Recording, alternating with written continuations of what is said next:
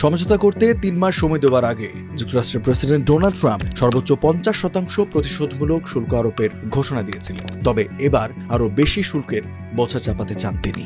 এরই মধ্যে ঘোষণা দিয়েছেন এক ধাক্কায় 70% পর্যন্ত শুল্ক বাড়াবেন। এ নিয়ে এখন রীতিমতো আতঙ্কে বিশ্ব বাণিজ্য।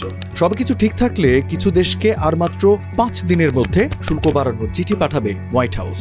তবে বেশিরভাগ ক্ষেত্রে নতুন শুল্ক হার কার্যকর হবে 1 আগস্ট থেকে। বিশ্লেষকদের মতে এর ফলে শেয়ার বাজারে পতন, বন্ড এবং মার্কিন ডলারের বিক্রি আশঙ্কাজনক হারে কমে যাবে।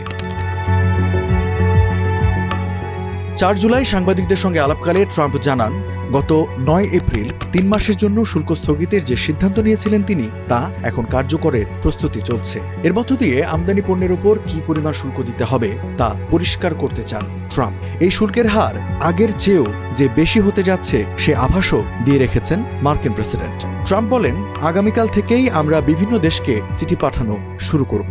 শুল্কের হার 10 বা 20% থেকে 60 বা 70% পর্যন্ত হতে পারে। ট্রাম্প জানান, তার প্রশাসন 90 দিনের স্থগিতাদেশ শেষ হবার পর প্রতিদিন চিঠি পাঠাতে থাকবে, যাতে সব দেশকে এর আওতায় আনা যায়। আর 1 আগস্ট থেকেই শুল্ক আদায় শুরু হবে। এমন সিদ্ধান্তে তার দেশ প্রচুর অর্থ পাবে বলেও আশাবাদী ট্রাম্প।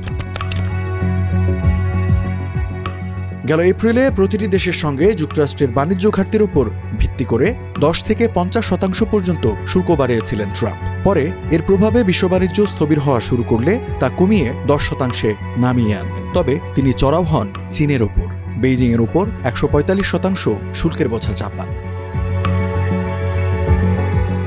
ট্রাম্পের শুল্কারোপ নিয়ে যখন ফের উত্তেজনা বাড়ছে, তখন শোনা যাচ্ছে ভিন্ন কথাও। বলা হচ্ছে 9 জুলাইয়ের মধ্যে ট্রাম্প কোন কোন দেশকে চিঠি পাঠাবেন সেটা এখনও স্পষ্ট নয়। আর যেহেতু অনেকগুলো দেশের সঙ্গে গঠনমূলক আলোচনা চলমান, তাই এই সময়সীমাও বাড়ানো হতে পারে।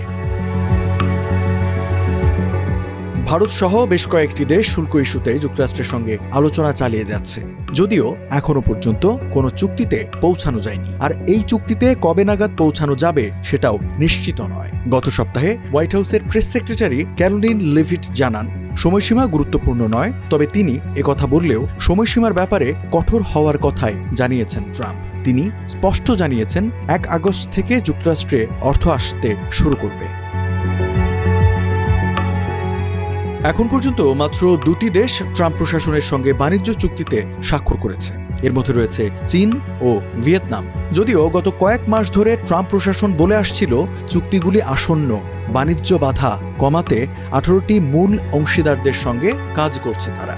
আর এই চুক্তি করে উচ্চ শুল্কের বোঝা থেকে বেরিয়ে আসতে আগ্রহী শত শত দেশ।